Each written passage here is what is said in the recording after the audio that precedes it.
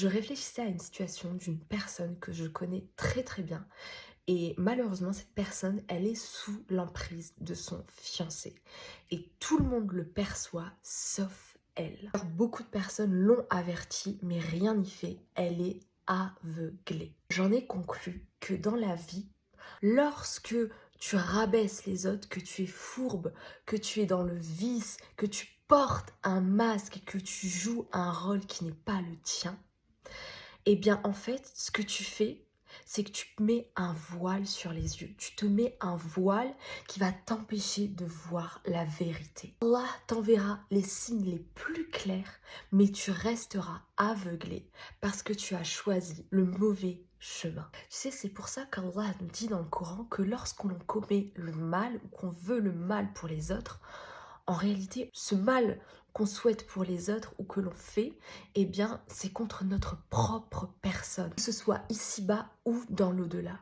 Parce que tu ne veux pas le bien pour les autres et que tes valeurs ne sont pas bonnes, eh bien, tu te fermes la voie de la vérité et de la réussite. Tu n'auras plus la capacité de voir les choses clairement et à être vigilant. Par contre, j'ai vu des personnes être dans des relations abusives, mais quelques années plus tard ou quelques mois plus tard, elles se sont réveillées. Allah ne les a pas laissées tomber puisqu'elles se sont rectifiées et qu'elles avaient du bon en elles. Vrai de vrai, soyez des gens bien. Ça sert à rien de cacher des intentions puisque de toute façon, Allah a accès à nos cœurs.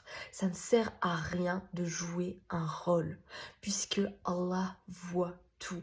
Et le bien que vous faites ou que vous voulez aux autres, ou le mal que vous faites ou que vous voulez aux autres, finira par vous revenir.